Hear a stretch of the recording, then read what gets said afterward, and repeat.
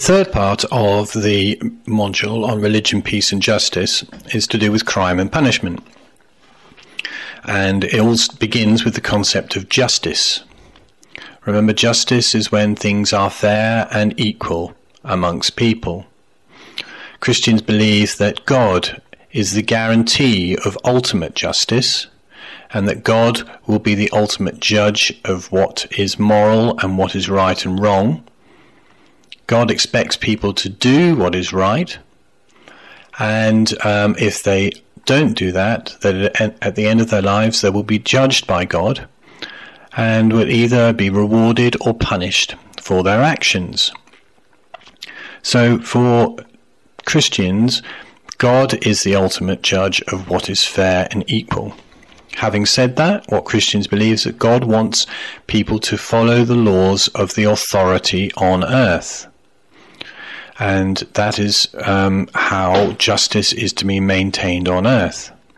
Christians believe that the authorities on the earth are in a position where they should punish wrongdoers, but they also believe that the weak and vulnerable should be protected from wrongdoers, and that that's an important part of what authorities should be doing on earth, in a way, just like God does in heaven and hell.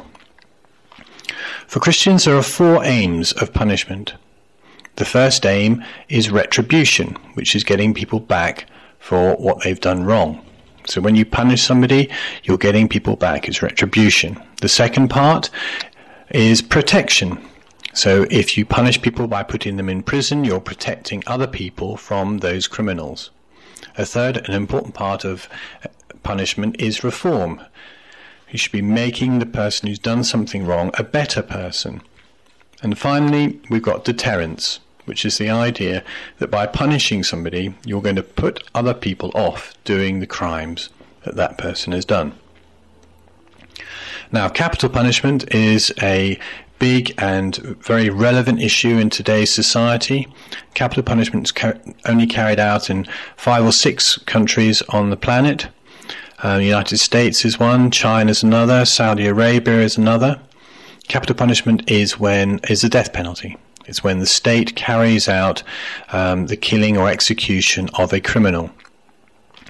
Obviously, some Christians are against capital punishment, and they'd be against it because it is a violent act, and they're pacifists. They believe in fat leg BM, basically.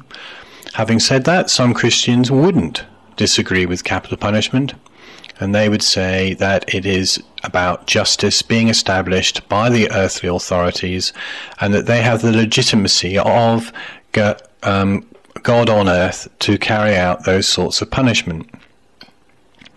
You need to be aware of the concept of the treatment of criminals and how Elizabeth Fry, a notable Christian, worked to improve conditions for criminals in the 18th century. And that Christians think that people who, whilst they have committed a crime, should nevertheless be respected as human beings.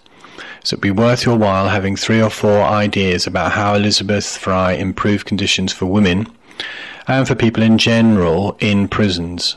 Have them up your sleeve so you can mention them in the exam. Now, the final part of this module is about social injustice. You remember that social injustice is when people are treated unfairly by laws or by customs in a society or culture. And basically the idea is, what do Christians do about that? Well, effectively there are 3 ways to go about it. You can protest. So there are non-violent protests. Things like writing letters of petition to governments, writing to newspapers and magazines, making adverts, going on television, holding big rallies, doing sit-ins and so on. Those are all non-violent types of protest to raise awareness about social injustice. Some Christians will move on to direct violent action. So this could be acts of terrorism. It could be damage to property, it could be threats, and all of these are designed to raise the issue of a social injustice to a high point, so that the governments or those with authority are forced to take action. An example of direct violent action would be the action that was taken by the African National Congress, ANC, in South Africa during the apartheid regime, when black people were persecuted and white people had all the wealth in the country. And another example of direct action would be the work done by liberation theologists in South America. So just to sum that up again, Christian responses to social injustice could come in two forms. Firstly, non-violent action, and secondly, violent action. Non-violent action would be protests, marches, letter writing campaigns, etc. Violent action would involve damage to property and so on. And that's the end of the module.